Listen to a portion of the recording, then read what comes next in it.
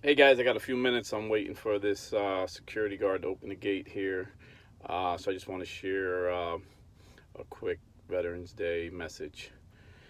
I served in the Navy during peacetime, 1985 to 1989. Didn't see any combat, but I'm very proud to have associated with such brave men and women. And when I was in the service, my commander volunteered me to be part of the base honor guard team, and it was a privilege. I got to hold the American flag at a lot of pretty important ceremonies, um, and I was sharp. I was disciplined.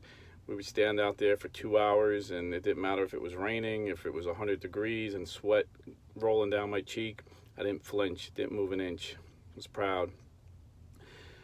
But there were the one time that I could never be disciplined enough was when we did funerals, and no matter how hard I tried, every time that mom or that widow was handed the American flag, and she would, no matter how strong the woman was, she could hold back tears, but once that flag was handed, they all burst out in tears. And there was an amount of willpower I could muster to keep the tears from coming out of my eyes. And I'll never forget the time a little boy, maybe 5 years old, I was holding the American flag, and he saluted it. And that little boy was smart enough to know that that flag represented his father, and he was going to honor that flag, and he was going to cherish that flag and salute it. When I would stand there, could be boring. You're standing sometimes for 2 3 hours without moving. So I would think, and I would look. I would always think about the men and women that gave me the privilege to hold that flag. That gave me the freedom.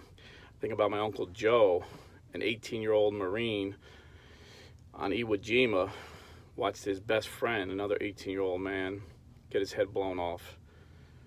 And my Uncle Joe didn't cower in fear. He kept on fighting, and they won that day, and it was a turning point in the war. The Marines took the island of Iwo Jima and gave us, kept our freedom from the Nazis, from the Japanese that want actually, they were fighting the Japanese on that island, and the Japanese who thought their emperor was God, they were going to rule us like he was God. And think about all the men who died fighting in the Revolutionary War and the Civil War, the slaves. Um, but since then, we've had a lot more wars, since I've gotten out.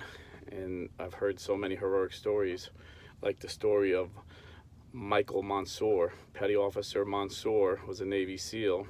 And when Al Qaeda threw a hand grenade near his team, he dove on it and gave his life so his SEAL brothers and Iraqi soldiers they were fighting with could live.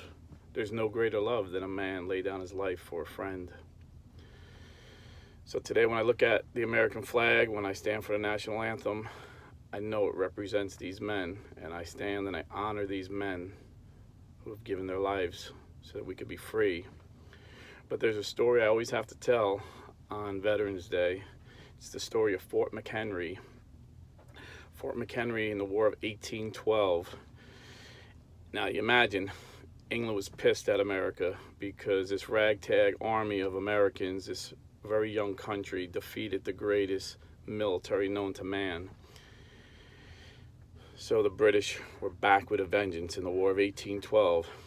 And as this British ship was off the coast, aiming its cannons at Fort McHenry, a young lawyer named Francis Scott Key came aboard to do a prisoner swap.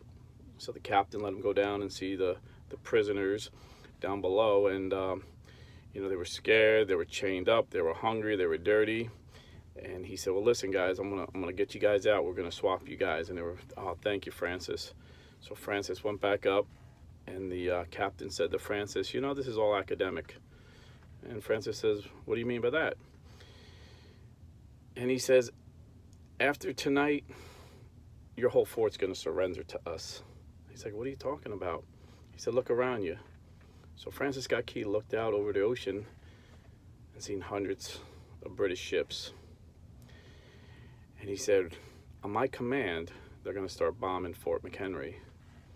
And Francis Scott Key said, Captain, there's women and children in that fort. You can't do that. And he said, no, don't worry about it. He said, I sent a messenger. All they have to do is surrender, and we won't bomb. If they surrender to us, they give us the signal. I told them that big flag you see over there, over the ramparts, they lower that flag, we'll stop bombing. Or we won't start if they lower it quickly, because we're about to start.